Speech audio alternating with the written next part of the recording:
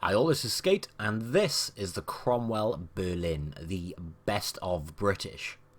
It is by far one of my favourite tanks in the game, and I just don't play it enough, and I should, and I am going to more, because I took it out the other day, and I loved playing it.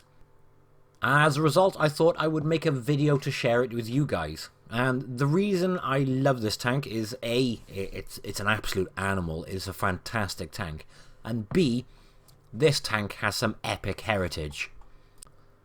Now, a lot of people think this is just a Cromwell, prettied up, basically. But it is not. In the game, there are some differences which put it above the standard Cromwell, and I will explain that later on. But it's not just that, it is the markings on the tank and the way the tank looks. For example, do you see that little white circle on the tank? Some people already know all this anyway, but for those who don't, that is a rat. That is the emblem of the desert rats. You will also note it says on the side of the turret, Ajax, and the number next to that is T120582. And this here is Ajax. Now, the reason we have a desert rat logo on this tank is because you would have divisions like the Guards Armoured Division and the 11th Armoured Division who ran these tanks during World War II as reconnaissance tanks. There was another one though. The 7th Armoured Division ran this tank as their main tank. So most other divisions would have things like Shermans, obviously from the Americans, which they run as their main tank, and would just have these as reconnaissance. But the 7th Armoured Division ran this as their main tank, and they ran this well. Now the 7th Armoured Division picked up the nickname Desert Rats, and as a result, obviously they made that their emblem. They picked up that name, or the nickname, based on their escapades in North Africa. And then later on, they took part in the D-Day landings in Normandy. And they landed in their Cromwells. So the Battle of Normandy and the D-Day landings was the first time the Cromwell was ever used in action officially. Prior to that, the Desert Rats had things like the Matilda or the Crusader. But the Cromwell was used, and it was used very well in action and went literally all the way from Normandy right the way through to Berlin. And as a result, obviously took part in the parade. Now, I strongly recommend everybody have a search for the history of the 7th Armoured Division, or just search Desert Rats, and you'll come up with all the information. There is a very rich story behind it. It's really enjoyable read. So obviously everybody who comes to watch this video is going to have an interest in tanks. If you want to know the real history behind the actual details on this tank and the division who ran this tank as their main tank, it's definitely worth a look. Aside from that, if you're in the UK, or local to the UK and going for a road trip, you can go to Bovington to see a Cromwell, or alternatively up in Norfolk they have this monument with a Cromwell on top of it. This monument is to pay homage and respect to the 7th Armoured Division, and I just want to read one quote off the actual plaque on there which says, "May your glory ever shine. May your laurels never fade. May the memory of the glorious pilgrimage of war you have made from Almere via the Baltic to Berlin never die. It is a march unsurpassed through all of the stories of war." That's Winston Churchill. So obviously I'm British, and that thing has a lot of British heritage. So I love it for that reason. As I've mentioned in many videos, I like the history behind a lot of the tanks which do come into the game. Aside from that, look at it. It looks epic. It's a very well detailed tank. In fact, it makes the standard Cromwell in-game look a bit boring in all honesty. And back to my earlier point, it makes the Cromwell in-game look poor. This tank is considerably better. And here's my reason for why. The Cromwell, as his top gun, has a tier 6 gun. The Vickers HV, which is a high velocity gun. And the Cromwell B runs the second from top gun on the Cromwell, which is the 75mm Mark V. Now the 75mm Mark V on the Cromwell sucks. And the reason it sucks is because it has 91 penetration. It's not a lot of penetration, but the high velocity Vickers has 145. Now the reality is, if you've got a Cromwell, you're going to be running the top gun on it.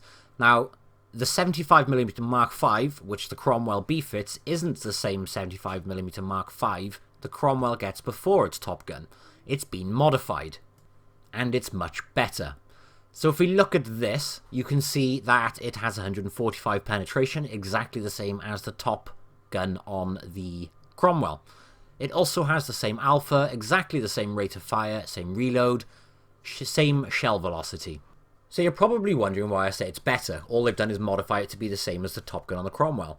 Well, for starters, it has higher penetration on the HE, 38 instead of 20, which, when you're coming across things like toasters, does make all the difference. And here is the most important part, the gun depression and the gun elevation. On the Mark V gun, you get 13 degrees of gun depression and 20 degrees of gun elevation, in comparison to the 8 and 15 you get on the Top Gun on the Cromwell. Now, as you can fit this gun to the Cromwell, you can get that 13 and 20 degrees of gun depression. But the reality is you wouldn't do that, because it's not the Top Gun, and the penetration sucks on this version of the gun on the Cromwell.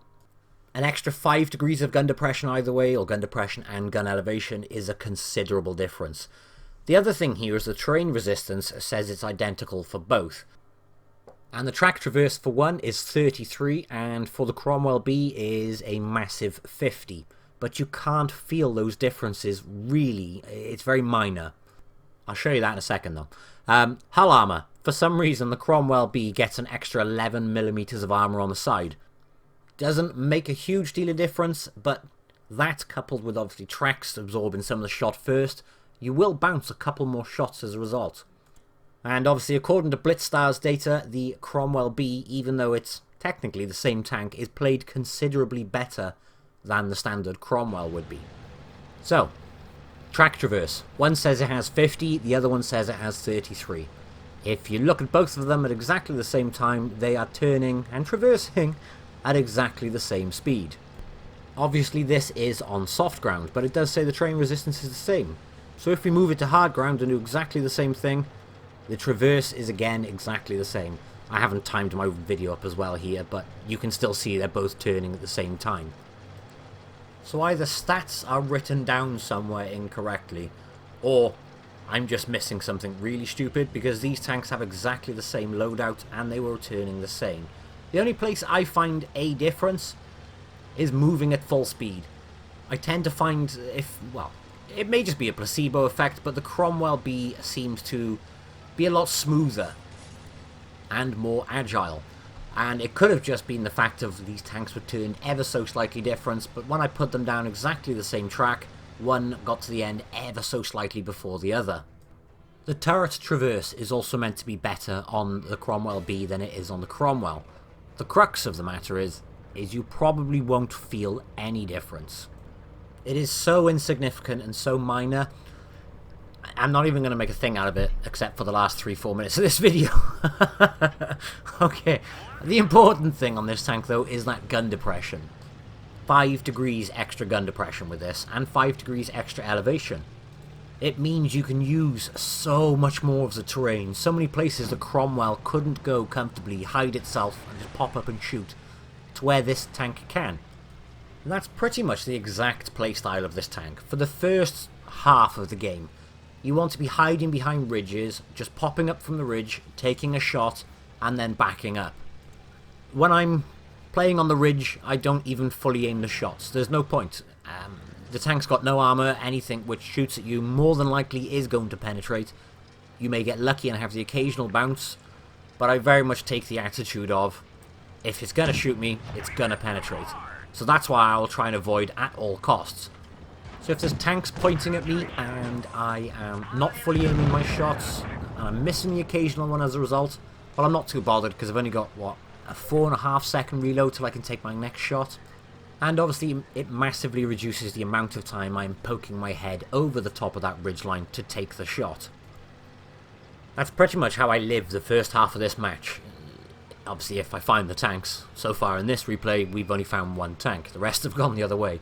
But I'll usually just try and ridgeline fight for the first half of the match, and then once they're lower on health, then you use the mobility to go and tear them apart. And this is the basic playstyle of the Cromwell, so if you're watching this video thinking how can I get tips for the Cromwell, the playstyle is the same. except for the fact you can't use as many different angles and ridges as you can on this. In the Cromwell, you'll find you'll need to relocate a couple more times to find the perfect spot where you can just pop up the ridgeline over and over again.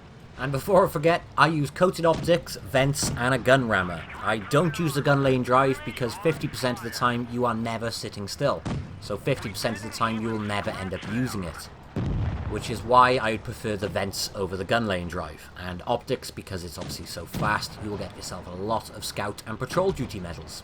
And then for my consumables, is it consumable? Yeah, for my consumables, I'll run the repair kit, the multi-purpose repair kit, and adrenaline. And yes, I am using the old logos because, well, I prefer them. And I haven't updated my logos yet. And then provisions. Tea. It's a British tank. You need that tea for crew skills. And it is sacrilege to drive a British tank without having a cup of tea in there.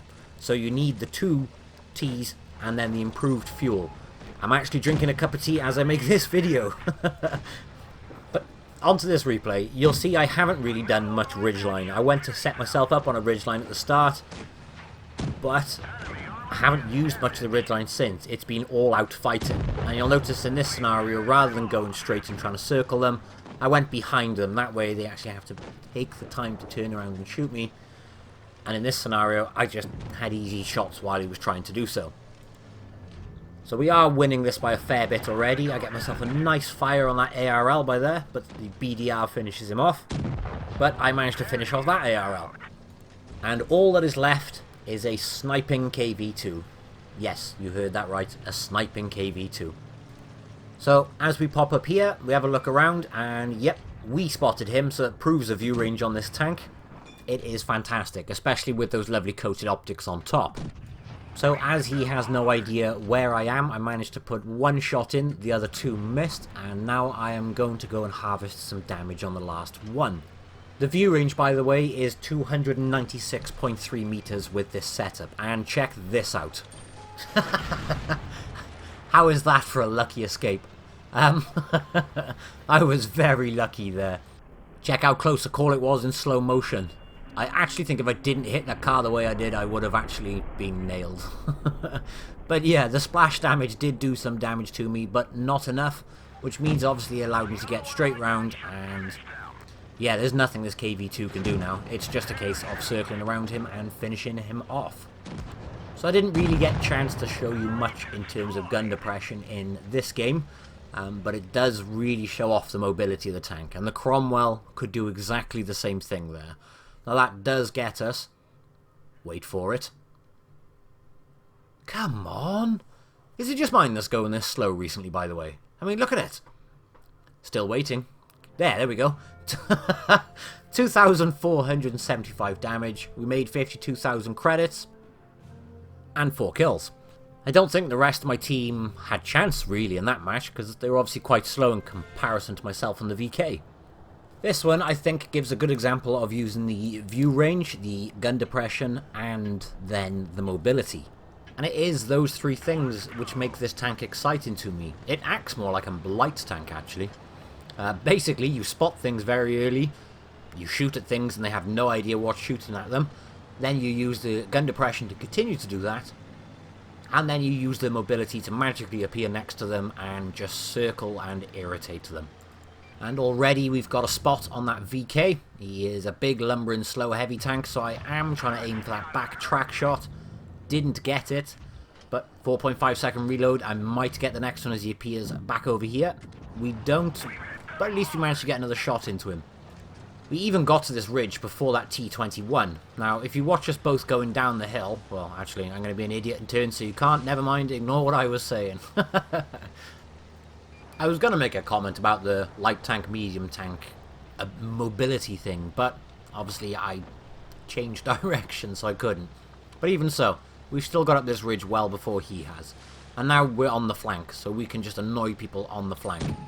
Now, rather than go around this hill, I'm going to go up it and use that amazing gun depression, because I'm a much smaller target up here, and if anything does aim at me, I can just roll straight back down the hill, and I'm in cover. I'm trying for his track shot again. I did miss that one also. Pay attention to that enemy ARL, because he's now coming back around the mound after me, basically. But if I didn't use this hill for the gun depression, I'd be out in the open. He would have got a shot into me. Where I am, I'm hiding behind the ridge, using gun depression. And basically now I'm just up his butt.